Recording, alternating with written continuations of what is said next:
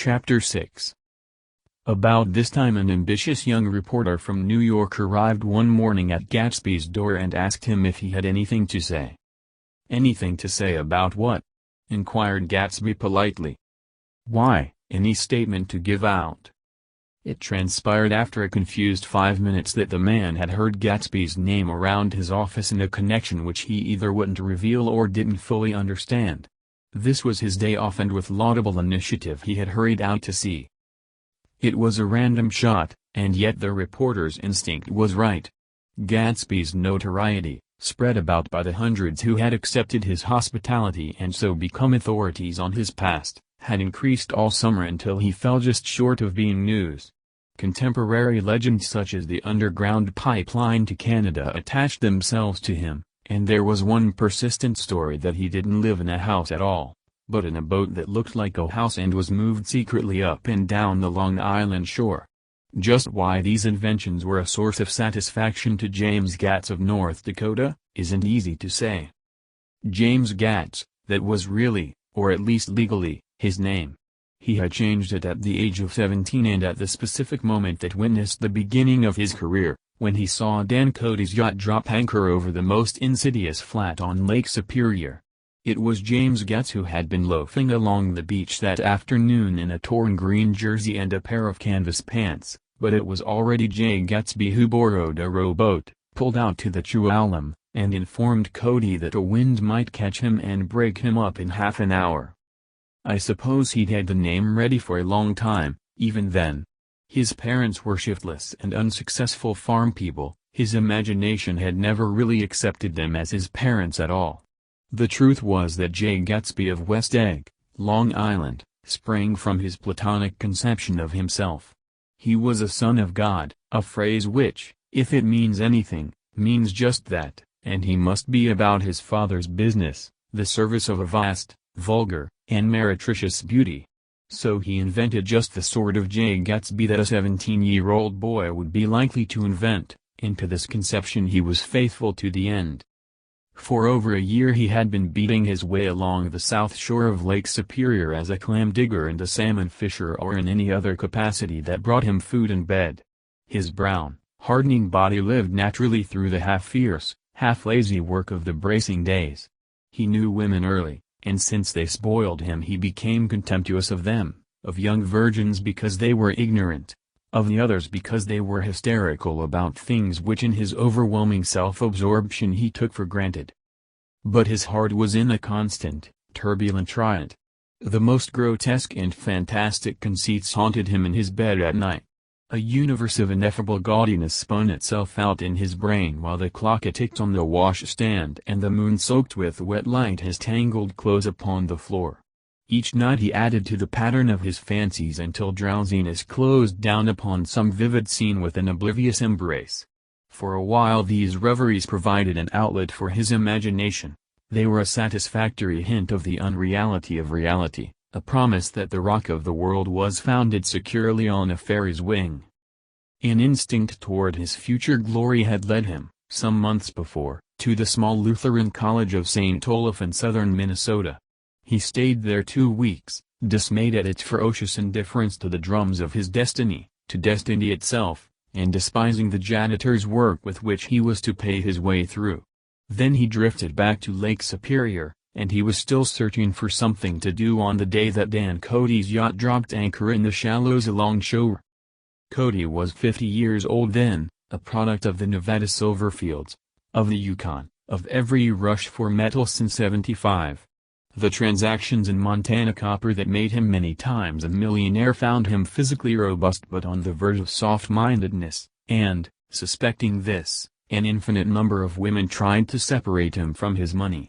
The none too savory ramifications by which Ella Kay, the newspaper woman, played Madame de Maintenon onto his weakness and sent him to sea in a yacht, were common knowledge to the turgid subjournalism of 1902.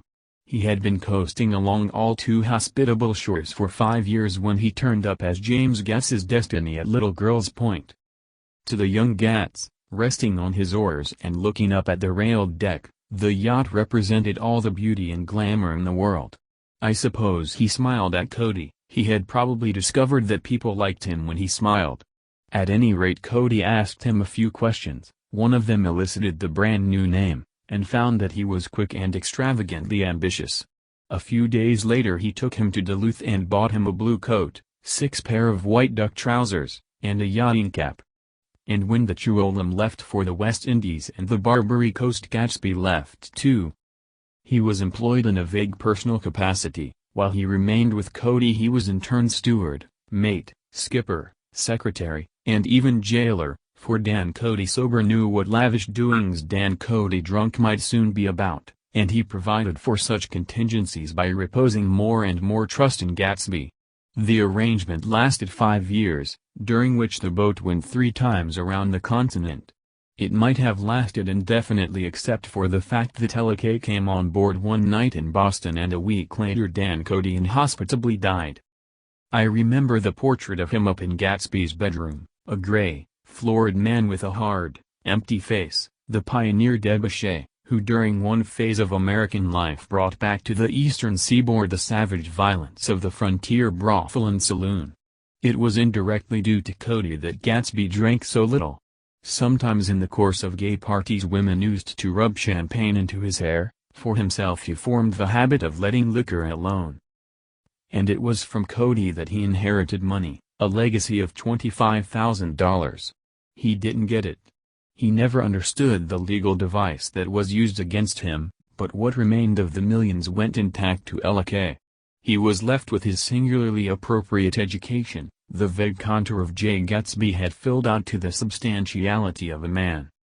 He told me all this very much later, but I've put it down here with the idea of exploding those first wild rumors about his antecedents, which weren't even faintly true. Moreover, he told it to me at a time of confusion, when I had reached the point of believing everything and nothing about him. So I take advantage of this short halt, while Gatsby, so to speak, caught his breath, to clear this set of misconceptions away. It was a halt, too, in my association with his affairs. For several weeks I didn't see him or hear his voice on the phone. Mostly I was in New York, trotting around with Jordan and trying to ingratiate myself with her senile land, but finally I went over to his house one Sunday afternoon.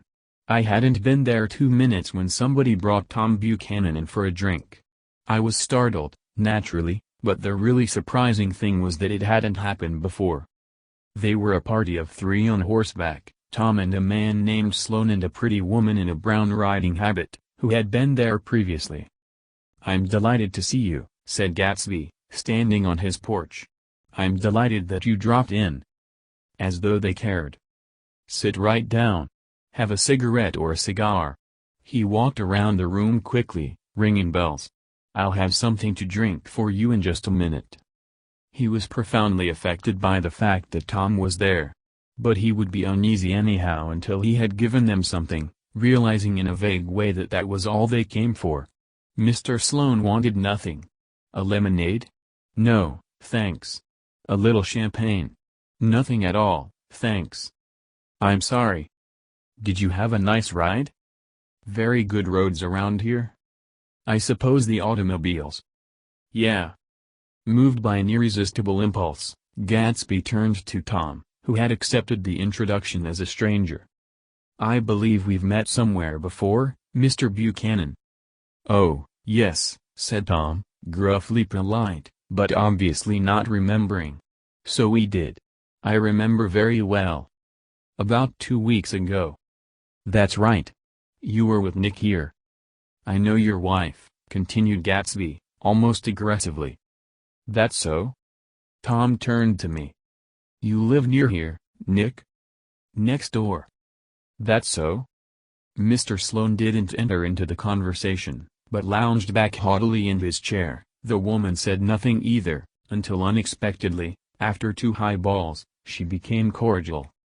"We'll all come over to your next party, Mr. Gatsby," she suggested. "What do you say?" "Certainly, I'd be delighted to have you." "Be ver nice," said Mr. Sloane, without gratitude. "Well, think ought to be starting home."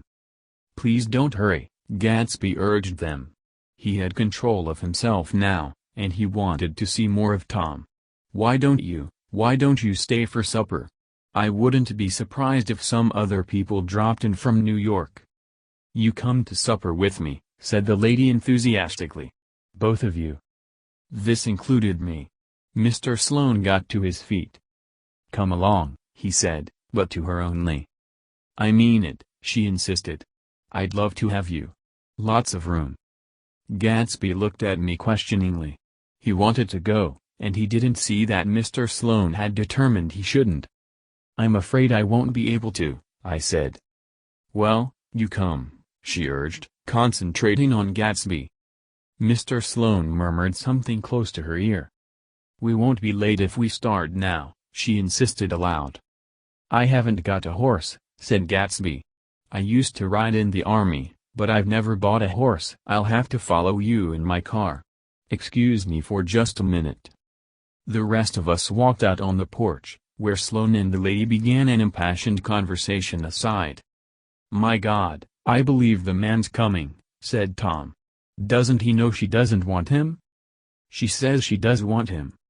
She has a big dinner party and he won't know a soul there. He frowned. I wonder where in the devil he met Daisy.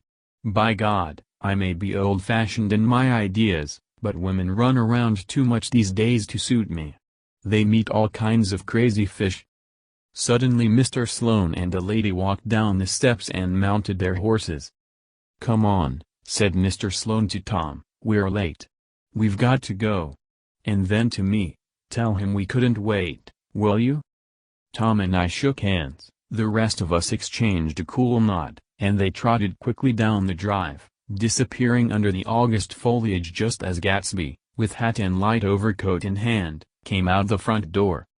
Tom was evidently perturbed at Daisy's running around alone, for on the following Saturday night he came with her to Gatsby's party. Perhaps his presence gave the evening its peculiar quality of oppressiveness. It stands out in my memory from Gatsby's other parties that summer. There were the same people, or at least the same sort of people, the same profusion of champagne, the same many-colored, many-keyed commotion, but I felt an unpleasantness in the air, a pervading harshness that hadn't been there before. Or perhaps I had merely grown used to it, grown to accept West Egg as a world complete in itself, with its own standards and its own great figures, second to nothing because it had no consciousness of being so, and now I was looking at it again, through Daisy's eyes. It is invariably saddening to look through new eyes at things upon which you have expended your own powers of adjustment. They arrived at twilight, and, as we strolled out among the sparkling hundreds, Daisy's voice was playing murmurous tricks in her throat. These things excite me so, she whispered. If you want to kiss me any time during the evening, Nick, just let me know and I'll be glad to arrange it for you. Just mention my name. Or present a green card. I'm giving out green. Look around, suggested Gatsby. I'm looking around. I'm having a marvelous... You must see the faces of many people you've heard about. Tom's arrogant eyes roamed the crowd. We don't go around very much, he said. In fact, I was just thinking I don't know a soul here. Perhaps you know that lady. Gatsby indicated a gorgeous, scarcely human orchid of a woman who sat in state under a wide plum tree. Tom and Daisy stared, with that peculiarly unreal feeling that accompanies the recognition of a hitherto ghostly celebrity of the movies. She's lovely, said Daisy. The man bending over her is her director. He took them ceremoniously from group to group. Mrs. Buchanan. And Mr. Buchanan dash. After an instant's hesitation he added, the polo player. Oh no, objected Tom quickly, not me. But evidently the sound of it pleased Gatsby, for Tom remained the polo player for the rest of the evening. I've never met so many celebrities, Daisy exclaimed. I liked that man. What was his name? With the sort of blue nose. Gatsby identified him, adding that he was a small producer. Well, I liked him anyhow. I'd a little rather not be the polo player, said Tom pleasantly, I'd rather look at all these famous people in oblivion. Daisy and Gatsby danced. I remember being surprised by his graceful, conservative foxtrot. I had never seen him dance before. Then they sauntered over to my house and sat on the steps for half an hour, While at her request I remained watchfully in the garden. In case there's a fire or a flood, she explained, or any act of God. Tom appeared from his oblivion as we were sitting down to supper together. "Do you mind if I eat with some people over here?" he said. "A fellow's getting off some funny stuff." "Go ahead," answered Daisy genially, "and if you want to take down any addresses, here's my little gold pencil."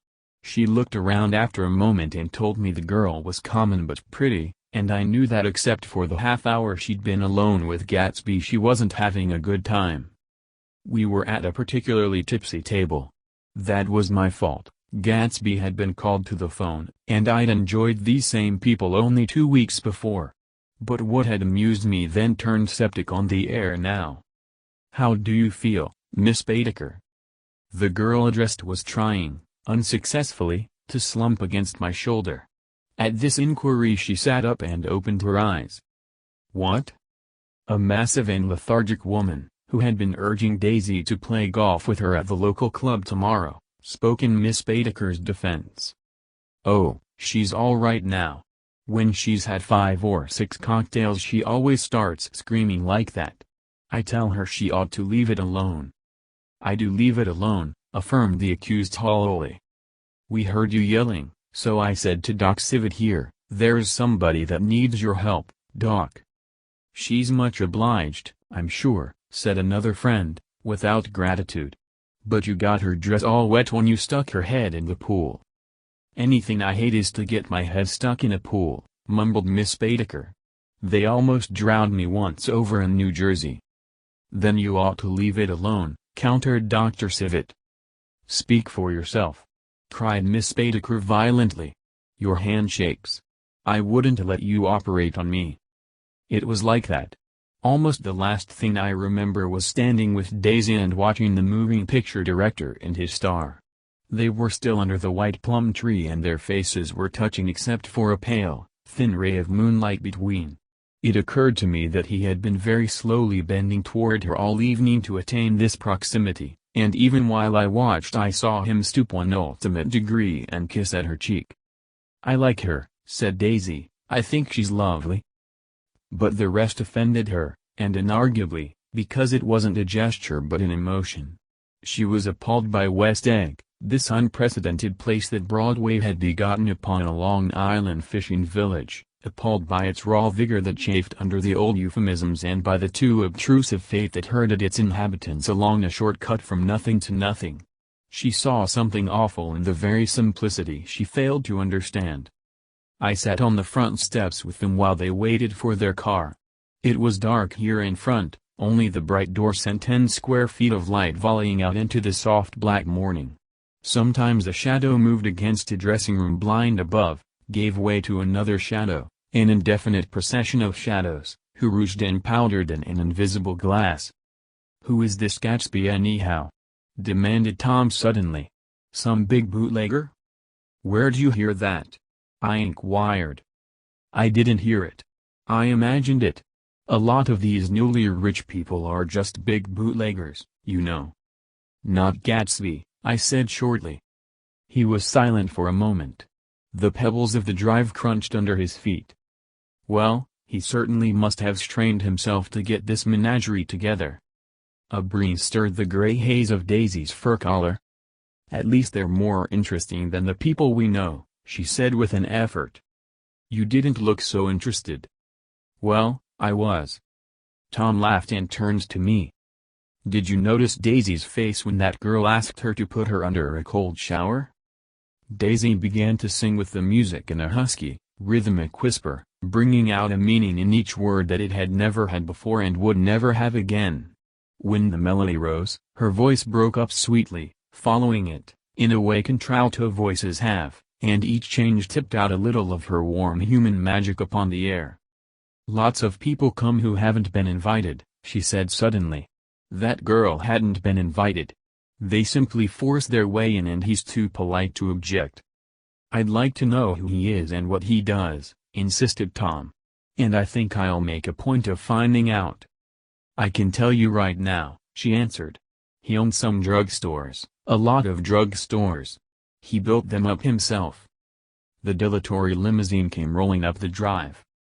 "Good night, Nick," said Daisy. Her glance left me and sought the lighted top of the steps, where 3 o'clock in the morning, a neat, sad little waltz of that year, was drifting out the open door. After all, in the very casualness of Gatsby's party there were romantic possibilities totally absent from her world. What was it up there in the song that seemed to be calling her back inside? What would happen now in the dim, incalculable hours? Perhaps some unbelievable guest would arrive, a person infinitely rare and to be marveled at, some authentically radiant young girl who with one fresh glance at Gatsby, one moment of magical encounter, would blot out those 5 years of unwavering devotion. I stayed late that night. Gatsby asked me to wait until he was free, and I lingered in the garden until the inevitable swimming party had run up, chilled and exalted, from the black beach, until the lights were extinguished in the guest rooms overhead. When he came down the steps at last the tanned skin was drawn unusually tight on his face, and his eyes were bright and tired. "She didn't like it," he said immediately. Of course she did. "She didn't like it," he insisted. "She didn't have a good time." He was silent, and I guessed at his unutterable depression. "I feel far away from her," he said. "It's hard to make her understand." "You mean about the dance?" "The dance?" He dismissed all the dances he had given with a snap of his fingers. "Old sport, the dance is unimportant." He wanted nothing less of Daisy than that she should go to Tom and say, "I never loved you." After she had obliterated 4 years with that sentence they could decide upon the more practical measures to be taken. One of them was that, after she was free, they were to go back to Louisville and be married from her house, just as if it were 5 years ago. "And she doesn't understand," he said. "She used to be able to understand. We'd sit for hours." He broke off and began to walk up and down a desolate path of fruit rinds and discarded favors and crushed flowers. "I wouldn't ask too much of her," I ventured. "You can't repeat the past." "Can't repeat the past?" he cried incredulously. "Why, of course you can." He looked around him wildly, as if the past were lurking here in the shadow of his house, just out of reach of his hand. "I'm going to fix everything just the way it was before," he said, nodding determinedly. "She'll see." He talked a lot about the past, and I gathered that he wanted to recover something, some idea of himself perhaps, that had gone into loving Daisy. His life had been confused and disordered since then, but if he could once return to a certain starting place and go over it all slowly, he could find out what that thing was. One autumn night, 5 years before, they had been walking down the street when the leaves were falling, and they came to a place where there were no trees and the sidewalk was white with moonlight. They stopped here and turned toward each other. Now it was a cool night with that mysterious excitement in it which comes at the 2 changes of the year. The quiet lights in the houses were humming out into the darkness and there was a stir and bustle among the stars. Out of the corner of his eye Gatsby saw that the blocks of the sidewalks really formed a ladder and mounted to a secret place above the trees. He could climb to it, if he climbed alone, and once there he could suck on the pap of life, gulp down the incomparable milk of wonder. His heart beat faster and faster as Daisy's white face came up to his own. He knew that when he kissed this girl, and forever wed his unutterable visions to her perishable breath, his mind would never romp again like the mind of God. So he waited, listening for a moment longer to the tuning fork that had been struck upon a star. Then he kissed her. At his lips' touch she blossomed for him like a flower and the incarnation was complete. Through all he said, even through his appalling sentimentality, I was reminded of something, an elusive rhythm, a fragment of lost words, that I had heard somewhere a long time ago. For a moment a phrase tried to take shape in my mouth and my lips parted like a dumb man's, as though there was more struggling upon them than a wisp of startled air. But they made no sound, and what I had almost remembered was uncommunicable forever.